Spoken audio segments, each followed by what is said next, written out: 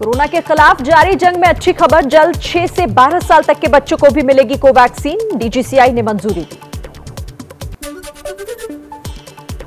देश में पिछले 24 घंटों में कोरोना के 2483 नए केस सामने आए हैं। 24 घंटे में आया 1399 लोगों की मौत का आंकड़ा। सबसे ज्यादा 1347 मौत का आंकड़ा असम का है, जिसमें पिछले कुछ दिनों के केस भी शामिल हैं। कोरोना के फिर बढ़ते प्रकोप के बीच मुरादाबाद के Maulana Azad girls inter college की नायाब पहल, छात्राओं की इम्यूनिटी बढ़ाने के लिए कराया जा रहा है योग। बच्चियों को बीपी लो होना या चक्कर आना क्योंकि रोजे रखे होते हैं, ये स्वाभाविक रूप से होता है।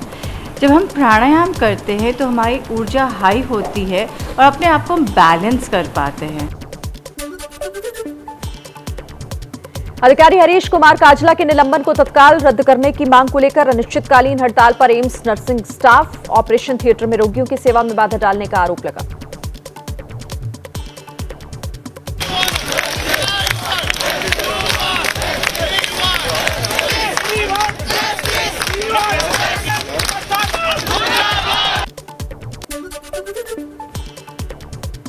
कोटा के सरकारी अस्पताल में मोबाइल टॉर्च की रोशनी में करना पड़ा डॉक्टर्स को इलाज। इलेक्ट्रिक पैनल में खराबी की वजह से अस्पताल में नहीं थी बिजली। लापरवाही की वजह से एक मरीज की जान भी चली गई। नोएडा के सेक्टर 39 के गार्डन गैलेरिया मॉल में बने पब लॉस्ट लेमन्स में बीती रात हुए झगड़े में ब्रजेश राय नाम के युवक की हत्या। मामले की सीसीटीवी फुटेज जारी की है, जांच शुरू कर दी है। उसके आधार पर बार स्टाफ के साथ बिल को लेकर हुआ था कुछ लोगों का झगड़ा। अब तक 8 की गिरफ्तारी। गोरखपुर में ट्रिपल मर्डर से सनसनी, शादी से लौट रहे पति पत्नी और बेटी की धारदार हथियार से हत्या कर दी गई। पुलिस ने आरोपी को गिरफ्तार कर लिया। नवनीत राणा से बदसलूकी के आरोपों को महाराष्ट्र सरकार ने गलत बताया। महाराष्ट्र के गृह मंत्री दिलीप वलसे पाटिल ने कहा, जल्द लोकसभा स्पीकर को भेजी जाएगी रिपोर्ट। नवनीत राणा ने लोकसभा स्पीकर को चिट्ठी लिखकर हिरासत में टॉर्चर का आरोप लगाया है। लोकसभा सचिवालय ने महाराष्ट्र सरकार से मांगा है जवाब। उनको नीची जात का बच्चा बताकर उनके साथ दुर्व्यवहार किया गया। ये जो इंफॉर्मेशन आप दे रहे हैं मैं इसके बारे में इंक्वायरी करूंगा। अगले 3 दिन भी जेल में ही रहेंगे निर्दलीय सांसद नवनीत राणा और उनके पति रवि राणा। मुंबई सेशंस कोर्ट ने जमानत अर्जी पर सुनवाई करते हुए मुंबई पुलिस से 29 अप्रैल तक जवाब देने को कहा। 29 अप्रैल के बाद सुनवाई होगी। इससे पहले राणा दंपति को बॉम्बे हाईकोर्ट से भी बड़ा झटका लगा। कोर्ट ने उन पर एफआईआर रद्द करने की मांग खारिज की। केंद्रीय गृह मंत्रालय ने राणा दंपति केस की महाराष्ट्र सरकार से पूरी जानकारी मांगी है। महाराष्ट्र के डीजीपी और मुख्य सचिव को पत्र भेजकर इसकी जानकारी दी गई है।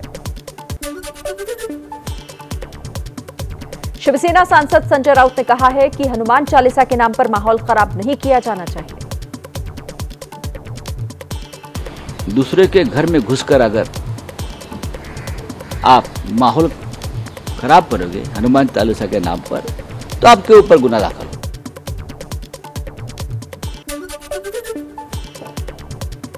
बीजेपी आईटी सेल के प्रमुख अमित मालवीय का ट्वीट, कहा इतने साल जब नमाज रोड पर पढ़ी जा रही थी तब मुसलमानों से किसी ने कुछ नहीं कहा कि घर के अंदर जाकर नमाज अदा करें। अब हनुमान चालीसा पढ़ने की बात आई तो विरोध करना गलत।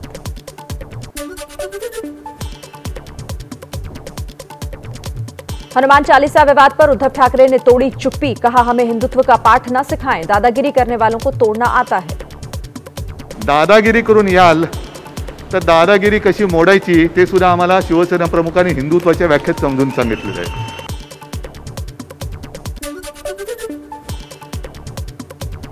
एफआईआर में कथित हेरफेर को लेकर खार थाने में शिकायत करने पहुंचे बीजेपी नेता किरीट सोमैया। किरीट का आरोप, सरकार के दबाव में मुंबई के पुलिस कमिश्नर ने केस दर्ज करने से इनकार किया। किरीट सोमैया पर हमले के आरोप में मुंबई के पूर्व मेयर विश्वनाथ महादेश्वर जमानत पर छूटे। 4 शिव सैनिक भी गिरफ्तार। बीजेपी ने केंद्र सरकार से हमले की एसआईटी जांच की मांग की है।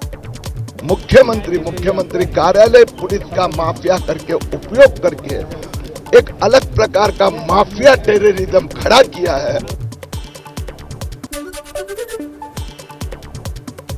महाराष्ट्र के डिप्टी सीएम अजीत पवार ने कहा, हनुमान चालीसा पढ़नी है तो अपने घर में ही पढ़ें, कुछ लोग माहौल खराब करने की कोशिश कर रहे हैं। एनसीपी अध्यक्ष शरद पवार का बीजेपी पर निशाना, कहा महाराष्ट्र में सत्ता न मिलने से बीजेपी परेशान है, उद्धव पर बयानबाजी अफसोसजनक।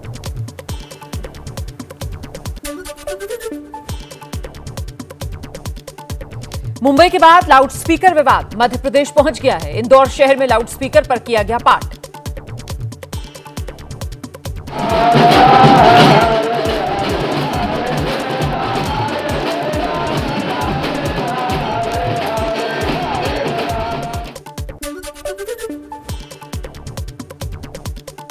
ट्विटर पर आम आदमी पार्टी के चालीसा पाठ के बाद एनसीपी की कार्यकर्ता फहमीदा हसन ने पीएम आवास के बाहर हनुमान चालीसा पाठ की इजाजत मांगी, गृह मंत्रालय को चिट्ठी लिखी।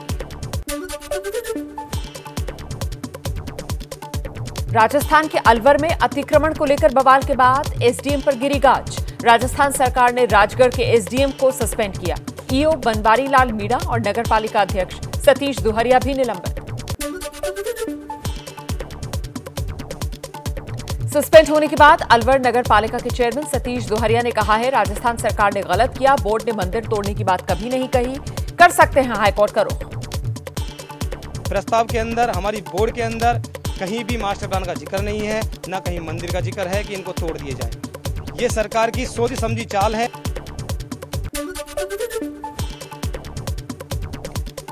यूपी में बुलडोजर की एक और कार्रवाई, फतेहपुर में शराब माफिया के आलीशान घर को किया गया ध्वस्त, सरकारी जमीन पर भी कर रखा था कब्जा।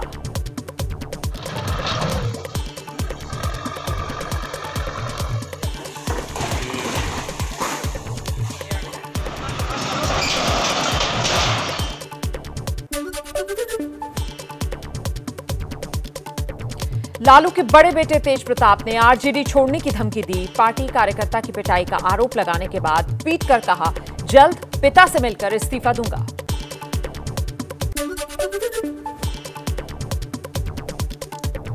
आरजेडी की युवा इकाई के पटना महानगर अध्यक्ष रामराज यादव ने आरोप लगाया, तेज प्रताप ने उनसे मारपीट की। हमारे साथ जो भी घटना हुआ, जो प्रताड़ित हम शब्दों से बयान नहीं कर सकते सर, शब्द कम पड़ जाएंगे, रूह कांप जाती है हमारी।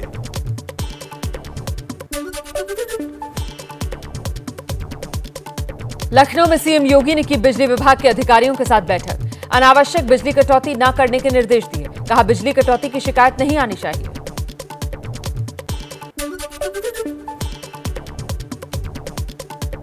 झारखंड में बिजली कटौती पर क्रिकेटर महेंद्र सिंह धोनी की पत्नी साक्षी ने सवाल दागा, ट्विटर पर लिखा, झारखंड में इतने वर्षों से क्यों है बिजली संकट।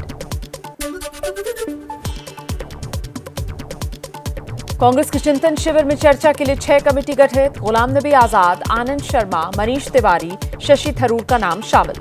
13 से 15 मई तक उदयपुर में होगा चिंतन शिविर।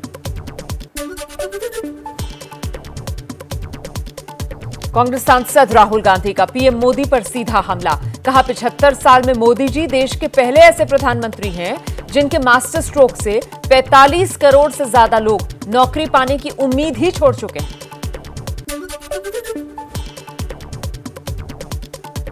प्रधानमंत्री नरेंद्र मोदी ने ब्रह्म विद्यालय की स्वर्ण जयंती और शिवगिरी तीर्थ यात्रा की 90वीं वर्षगांठ के संयुक्त समारोह का उद्घाटन किया।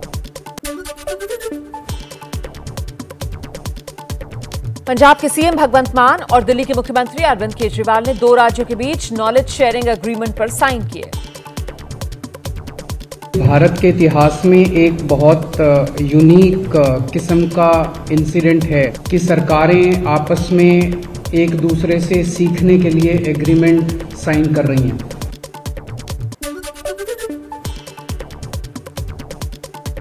गुरुग्राम में बीती रात झुग्गियों में लगी आग, सुबह तक आग पर काबू पाया गया, मलबा हटाने में जुटा दमकल विभाग। कम 100 एकड़ जगह होगी, सबसे ज्यादा ही होगी, कम से कम 25 एकड़। ये बहुत आगे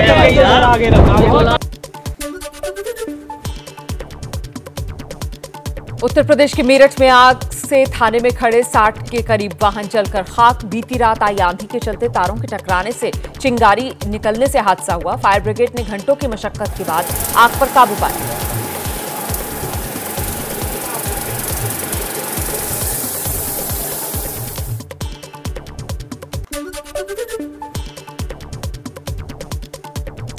उत्तराखंड के टिहरी गढ़वाल में पहाड़ी जंगलों पर पिछले 4-5 दिन से आग धधक रही है। पेड़ पौधों के अलावा जंगली जानवरों को भी नुकसान।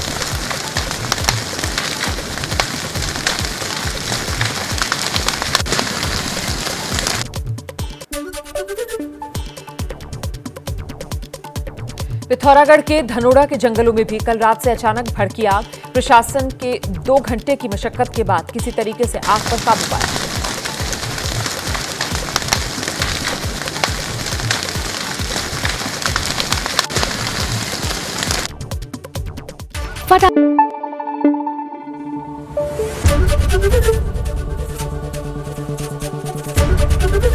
एबीपी न्यूज आपको रखे आगे।